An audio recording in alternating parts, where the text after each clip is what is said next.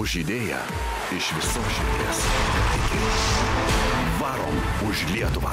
Visi iki vieno. Labas varytojai už Lietuvą. Šiandien varom iš Jonavos į Kėdainius. Jonavoje tikrai buvo fantastika. Aš tikiuosi, kad lygiai taip pat bus ir Kėdainiuose.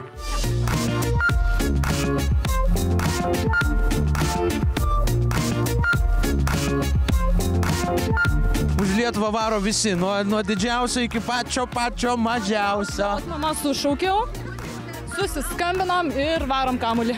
Dabar šitas kamuolys atneš tik pergalės. Bus krepšininkų tikras talismanas.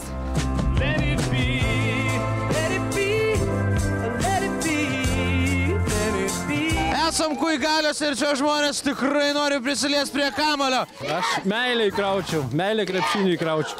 Meilės, jėgų, sveikatos, energijos, ryžto, džiaugsmo, stiprybės, pilietiškumo, komandinės vertybės.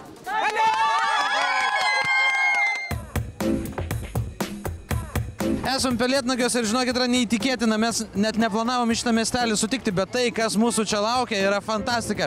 Ir iš tikrųjų kamuolio vis nori daugiau ir daugiau Lietuvos miestų ir miestelių. Ir tikrai, aš manau, kad be jokios abejonės gale mes turėsime 3 milijonų rinktinę. O dabar pasas Pelėdnagiams, iškeliam visi rankas į viršų ir kraunam viską, ką turim! Labai daug teigiamos geros energijos, kad rinktiniai tą energiją padėtų. Visa Lietuva keliasi, bunda ir jungiasi į vieną 3 milijonų rinktinę. Tai, kas vyksta dabar Kėdainiuose, yra to pavyzdys. Iš tikrųjų neįtikėtina, buvo sunku patikėti, kad mes galėtume taip pakelti tautą, pastatyti ant kojų dėl mūsų Lietuvos krepšinio ir jos rinktinės. Fantastika! Turim lietuvius, kurie myli savo šalį, kurie yra darbštus, dainingi, energingi ir tuo mes ir galim didžiuotis. Man atrodo, šitie sirgaliai yra patys garsiausi. Taip, jie garsiausiai reikia.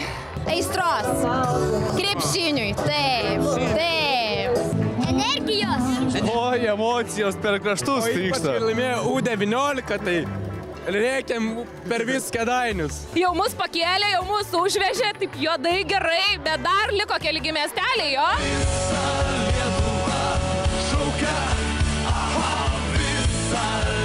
Kėdainiuose mes tikrai labai gerai su kamuoliuku praleidom laiką ir Kėdainiai tikrai varo už ką?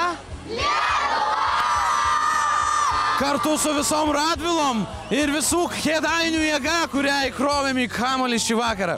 Ačiū Kėdainiam! Už idėją iš visos širdies. Iki.